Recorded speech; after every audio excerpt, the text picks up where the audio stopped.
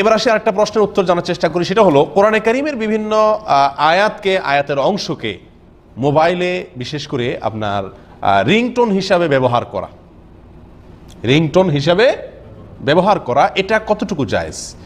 তো এ বিষয়ে আমাদের অনেকেরই জানা থাকার কথা যে আরব অনারব সারা বিশ্বের প্রায় সকল ওলামায়ে কেরাম এ ব্যাপারে, প্রায় সকল, হাতে গোনা কিছু বাদে প্রায় সকল ওলামায়ে কেরামের এক মানে ঐক্যবদ্ধ এক্ষেত্রে ফতোয়া হলো যে এটি কি নয়, জায়েজ নয়। কোরআনে কারীমের আয়াতকে রিংটোন হিসাবে ব্যবহার করা এটা কি নয়, জায়েজ নয়। এমনকি কোনো দোয়া আছে না, অনেক দোয়া কোরআন সুন্নাহ বর্ণিত হয়েছে আল্লাহ সুবহানাহু ওয়া তাআলার কাছে দোয়া, এগুলোকেও রিংটোন হিসাবে ব্যবহার করা কি নয়, জায়েজ নয়। আজানকেও রিংটোন হিসাবে ব্যবহার করা জায়েজ নয়। কোন ইসলামী সঙ্গীত যার অর্থের ভিতরে তেমন খারাপ কিছু নয় সেগুলো ব্যবহার করা যেতে পারে, অথবা অন্য কোনো সাধারণ কিছু ব্যবহার করা যেতে পারে, কিন্তু কোরআনে কারীমের আয়াত এটার অংশ অথবা পুরো আয়াত কোনোভাবেই আপনার রিংটোন হিসাবে ব্যবহার করা কি নয়, জায়েজ নয়। এর কয়েকটা কারণ আছে। নাম্বার 1, কোরআন আল্লাহ সুবহানাহু ওয়া তাআলা যে জন্য দিয়েছেন এটা তার খেলাফ। কোরআন আমাদেরকে দেওয়া হয়েছে কি জন্য ভাই? এটা পাঠ করে সওয়াব অর্জন করা, এটার চিন্তা ভাবনা গবেষণা করে সে অনুযায়ী আমল করা, এজন্য কোরআন আসছে কি আসে নাই? আপনি কোরআনকে রিংটোন হিসেবে ব্যবহার করছেন, এটা হলো দুনিয়াবি একটা কাজের সুবিধার জন্য আপনি কি করতেছেন, কোরআনকে ইউজ করছেন। কোরআন এই জন্য আসে নাই দুনিয়াতে, কথা বুঝে আসছে? তো যে জন্য আল্লাহ সুবহানাহু ওয়া তাআলা কোরআন দিয়েছেন সেই কাজে ব্যবহার না করে এটাকে নিছক একটা নিজের সুবিধার কাজে, দুনিয়াবি একটি কাজে ব্যবহার করা হলো, যেটি এক ধরনের কোরআনের কি করা, অপমান করা। দ্বিতীয়ত হলো যে এটা হলো সরাসরি কোরআনকে এক ধরনের অবমাননা। কিরকম অবমাননা? যে কোরআনের মতো সম্মানিত এই বস্তুকে আপনি আপনার দুনিয়ার একটা সাধারণ কাজে কি করলেন, ব্যবহার করলেন।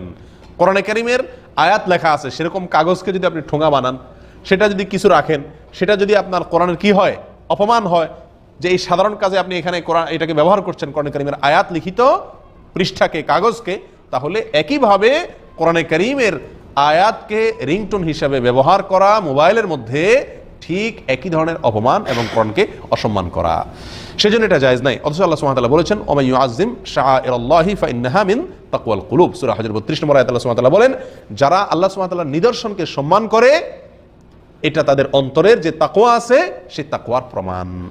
বিধায় আমাদেরকে কোন অবস্থাতেই এই কোরআনে কারীমের আয়াতকে রিংটোন হিসেবে ব্যবহার করা কি হবে না ভাই, জায়েজ হবে না। অনেকেই এক্ষেত্রে একটা যুক্তি দেখান, যুক্তি হলো এই যে আমি রিংটোন হিসাবে যেগুলো ব্যবহার করছি, হয়তো কোনো গান বাজনা, কোনো বাদ্য বাজনা যেগুলো হারাম, তো আমি হারাম থেকে বাঁচার জন্য একটা ভালো জিনিস দিলাম, তাতে অসুবিধা কি? তো এটাতে অসুবিধা অনেক। একে তো হলো এটা অপাত্রে ব্যবহার কোরআনের, দ্বিতীয়ত হলো এটা কোরআনের অসম্মান। কোরআনের আয়াত লিখিত পৃষ্ঠা দিয়ে ঠোঙা বানানো যেরকম অসম্মানের, এটাকে রিংটোন হিসাবে, রিংটোনের মতো একটা সাধারণ দুনিয়াবি কাজে, নিজের সুবিধার কাজে এটাকে ব্যবহার করা আল্লাহর কালামকে, এটা একই ধরনের অসম্মান।